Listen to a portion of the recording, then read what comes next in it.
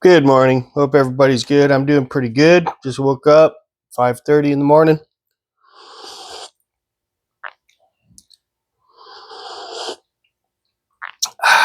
All right. So, happy Tuesday to everybody. Try not to slurp so much. So, I slept pretty good.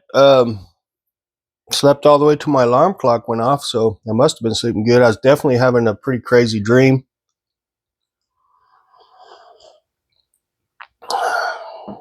Yeah, I was somewhere in my truck. I ended up at like a mall, and then when I left the mall, I couldn't find my way out of this mall because the roads all the roads that I thought would lead out always ended in dead ends. And so there was this motel right there. I went into the motel and I still couldn't figure out how to get out of there and to get home. And like I guess a bunch of other people were in the same predicament, and they're all like lounging in there and sleeping and stuff in this motel. Like they weren't in the rooms though. It was more like they were in the lobbies and stuff, and that it was like they're all at a layover at like an airport kind of. It was weird, man. Sorry. So, um, oh man, this Kamala Harris is too much, man. If she wins, I will be overdone with politics because she's a joke, man. She has no business being even the vice president of this country. She really doesn't, man. I know I've been harping on it, but this is important. This is the most important election of our country's lifetime, man. Really, to be honest. Um, I mean, we have really weak leadership, man, that doesn't seem to be competent, really, and it shows in our economy, our borders, how the rest of the world perceives us, and we can't have this Kamala, get pushed into this president position because she's not a leader, man. I just want to point something out, okay? So this is from when she debated Trump, okay, on ABC News. I want to correct myself from my reaction to that. I said CBS, actually ABC, so correction. But here's how it went when her debate against Trump. Okay. And Harris selected the podium to the right. So let's now welcome the candidates to the stage. Vice President Kamala Harris and President Donald Trump.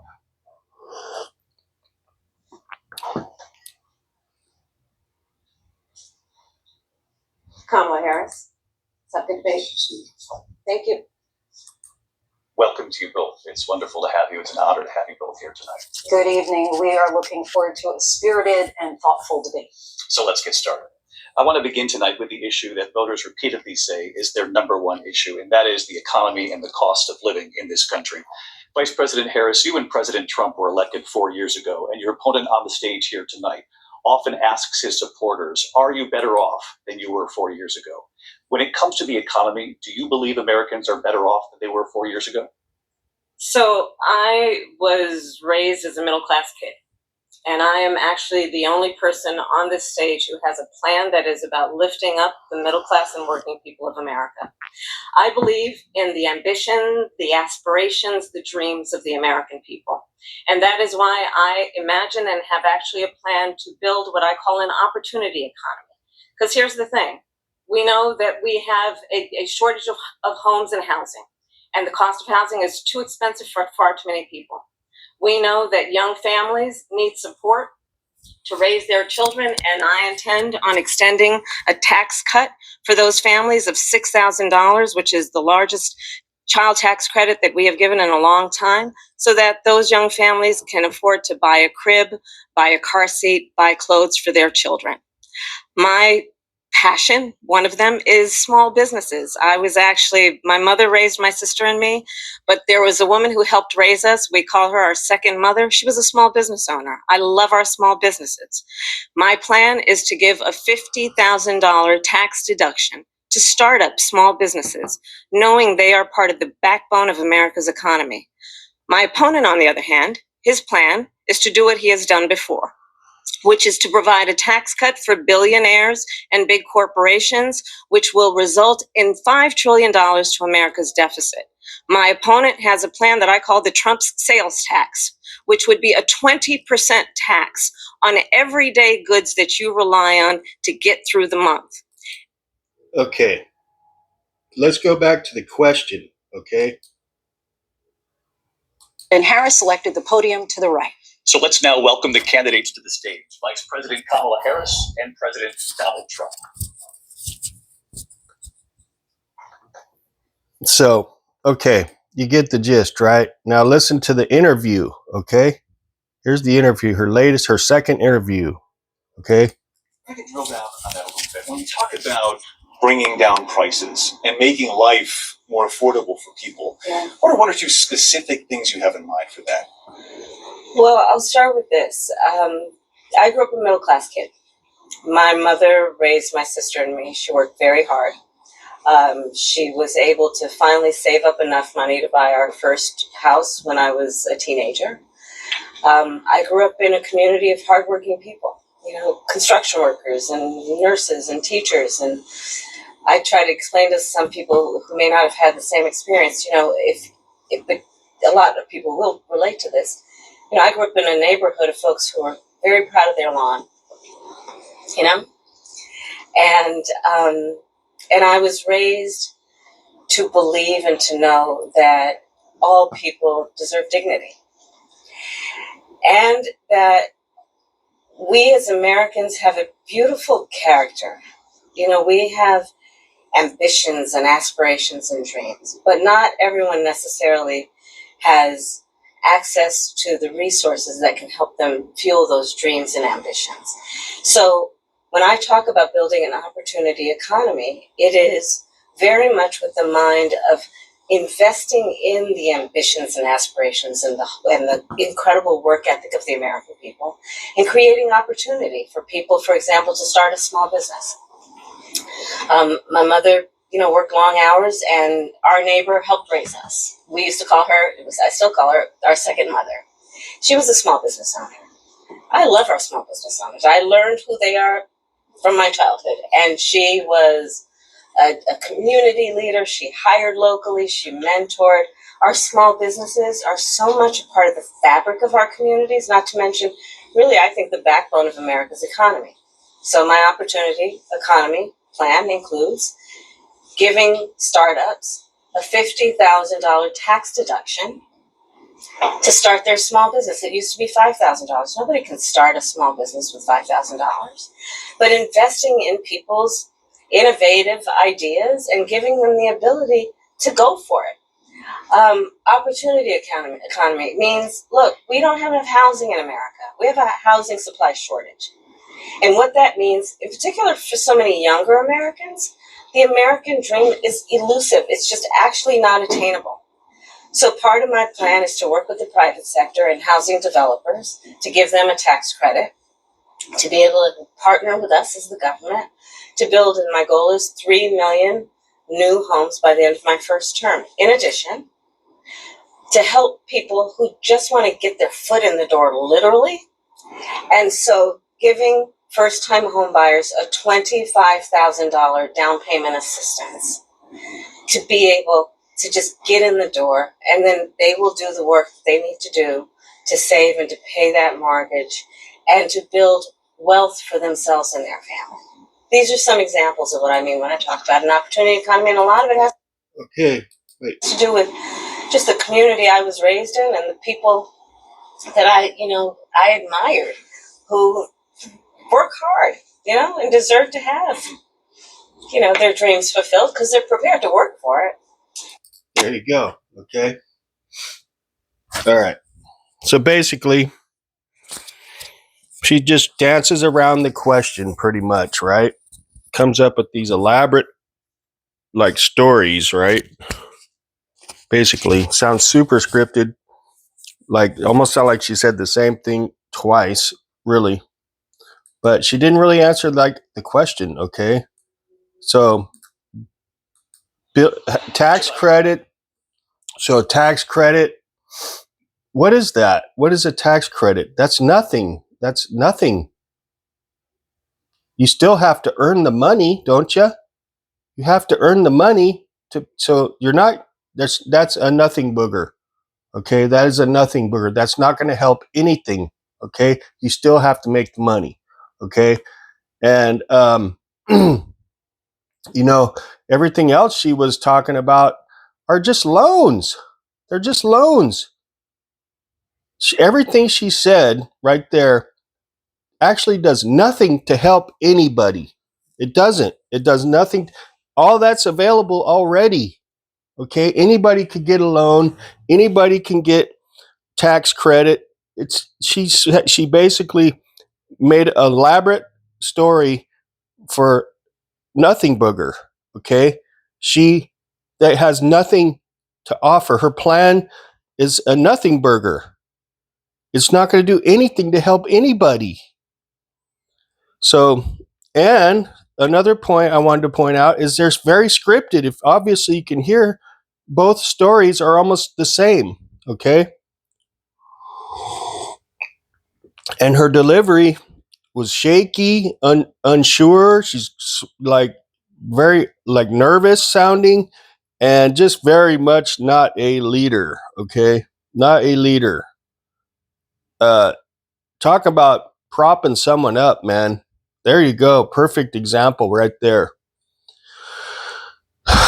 So I just wanted to point that out, you know, in case you missed it the first and second time, you know, and you know, I hope Trump does debate her again, because he's going to chew her up next time like no other, man. Especially with this, now he's got something to work off of.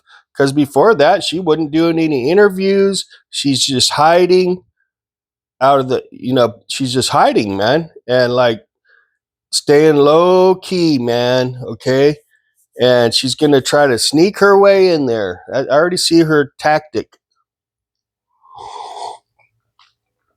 Just like Joe Biden, they just tucked him away, keep him out of the spotlight, because every time he gets out there, it gets worse for him. And it's the exact same thing for Kamala. If she gets out there, it's going to get worse, because you know what? The more you're out there, the more you're exposed of your plan, right? And she has no plan, obviously.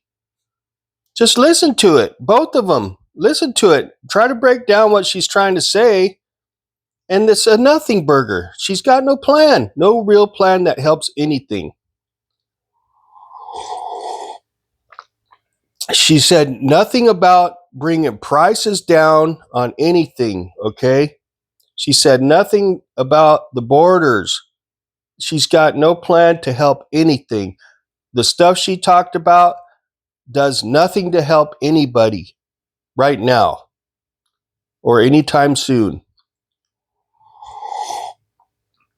Who's going to make the money to go buy a house? How's that going to help me? How's that going to help any of my coworkers? Anybody I see around me? Really, how's that going to help anybody?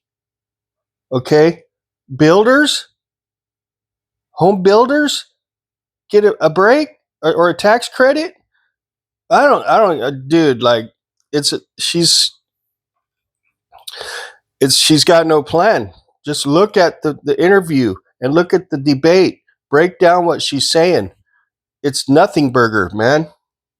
I know I just said that like 5 times in a row, but I'm just saying, if you really listen to what she's saying, she tries to make this like story sound really like fluffy and nice, but it's just nothing, okay? It's just her running her mouth about something that doesn't matter.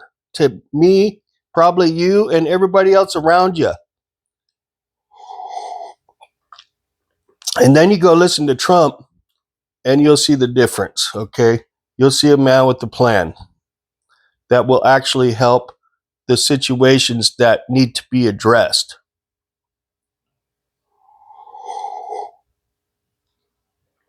So,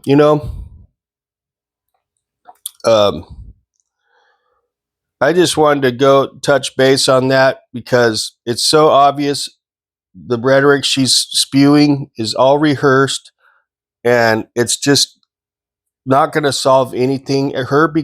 If she becomes president, she's not going to solve anything. She's not going to fix any of the problems that we have. She says it right there in her speech.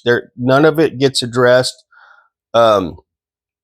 Actually, everything's going to get worse. Okay, if she becomes president, everything will get worse. So continue just like it is. Slowly, everything creeping higher and higher. Slowly, more people coming in illegal. Everything that's going wrong is just going to slowly keep going worse and worse. And it's not just like, bam, all of a sudden, oh, it's chaos. It's not like that. It's a slow, creeping thing that's happening, okay? And it's hard to catch it if you're not paying attention because it's happening slowly, okay? But if you remember, over the last 4 years, everything slowly is creeping up, right? It's like sneaky. And now look where we are.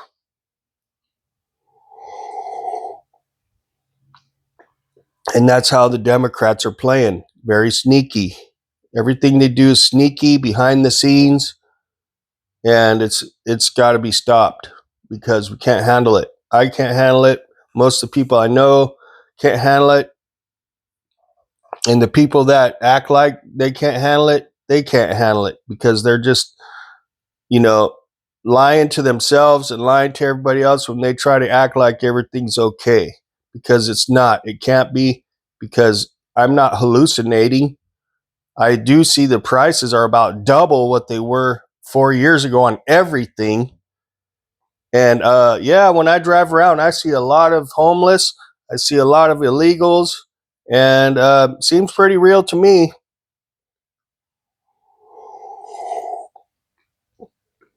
A lot of people might not be in areas where illegals hang out or are, where they are, but I see them because I'm in California in Orange County. They're here.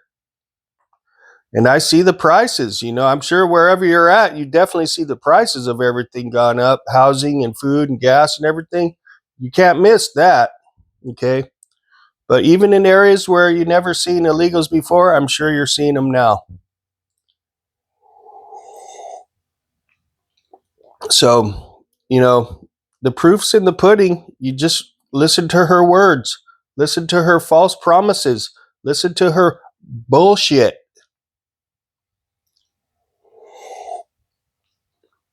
And it's all right there. So the more she talks, the more she's digging her own hole. So, I hope she keeps talking because it's going to be the same rehearsed BS over and over. The nothing burger over and over. So that's pretty much all I got. I just wanted to get that off my chest because I've had time to look at the interview and, the debate. And I noticed I put, you could put two and two together and totally see it's all rehearsed and there's no plan. And it's just a big BS nothing burger coming from Kamala Harris. And I can't believe people are actually, the sheeple that just like, I don't know, man. I don't know what's wrong with people, why they can't see this, why they would support that. But they just don't get it, I guess. And I feel sorry for them. And I'm angry at them that, if they might ruin it. Those kind of people might mess it up for everybody. Okay, idiots. That the kind of people that vote just because she's a woman. Those are the idiots I'm talking about. Just because she's a Democrat. Those are the idiots that I'm talking about that can ruin it for everybody. So don't be an idiot. All right. So y'all have a good day, and I'll catch you later.